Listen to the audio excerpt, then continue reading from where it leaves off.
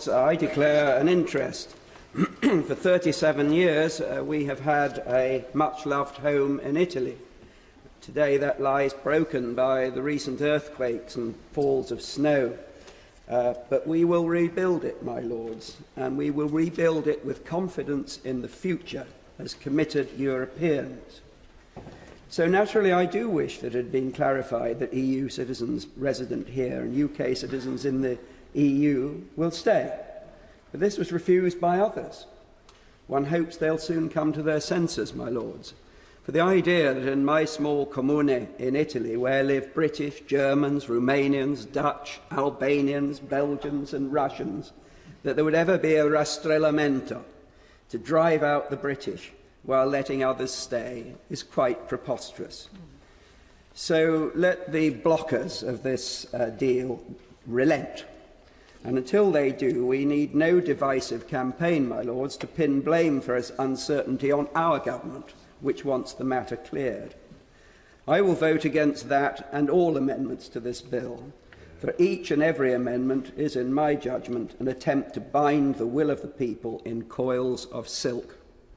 And that includes the proposal by the noble Lord Panic, as I heard it, to give an effective veto on the details of the UK settlement with Europe to an unelected House that largely supported Remain.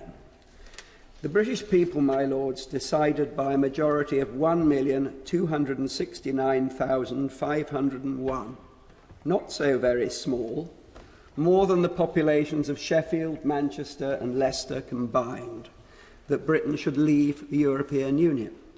We must therefore leave, for better and for worse, and there will be both. And that process, this bill, is the first step. And this House, my lords, should not stand at any stage against delivery of the clear will of the people, supported by the elected House.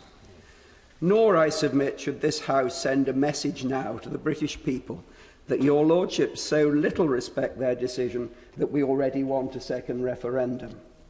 That would be seen as exemplifying the stubborn refusal to listen to the people that has brought political establishments and the EU itself into growing disfavour.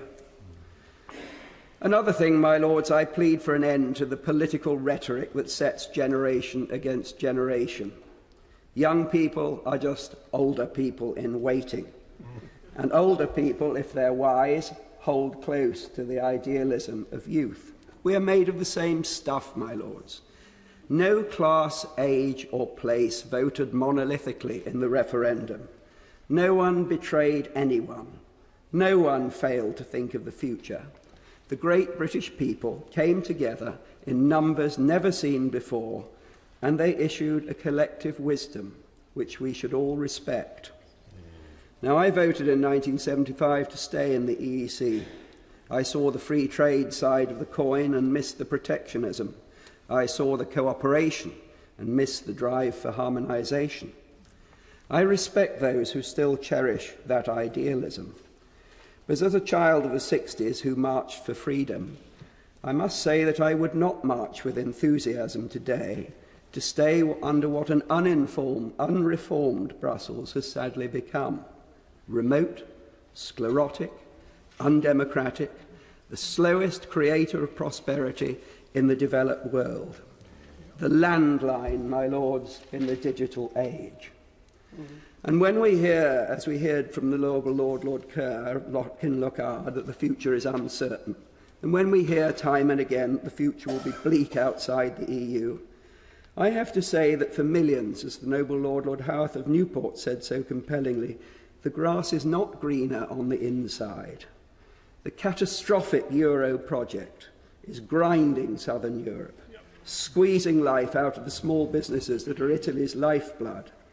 Italian GDP has shrunk since 2011. Living standards are no higher than they were when Italy joined the euro in the first place. Those too, my lords, are facts. That is the real lost generation.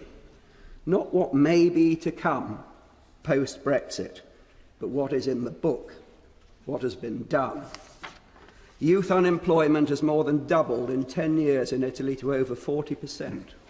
Greece's condition is worse, yet the establishment clings to its Euro project, sacrificing a young generation on the altar of a flawed currency ideology.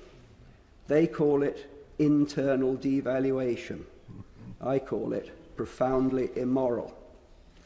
And the EU has shown itself utterly incapable, my lords, of dealing with the challenge of 500,000 illegal immigrants who have been landed in Italy in the last 3 years, drawn by the prospect of winning asylum under the aegis of the ECHR. At all this, the average Italian looks on with a sense of impotence and despair. Once, with no loyalty to a malfunctioning state and a self-seeking and unaccountable political caste, Italians were the most enthusiastic in Europe in looking to the European Union as a guarantor of legality and stability. Far fewer feel that way now. The great majority do still wish to stay, but it has not taken the earthquakes to make many people feel that years of sacrifice under the burning sun have been in vain and that they are drifting back to the poverty of the past. Increasingly, voices are raised against Brussels and Berlin. An Italian small businessman said to me, "Europe was fine when we all sat round a round table. Now we sit at a very long, very bare table with Germany at its head." My lords, not only is coming out uncertain, staying in is uncertain also, and we should remember that balance in this debate. And I say it with reluctance, as one who is no less European now than I was last June, that as the EU has now become unwilling or unable, as David Cameron found to his cost, to reform, the British people were right. They took the correct decision, and I support this bill. Yeah.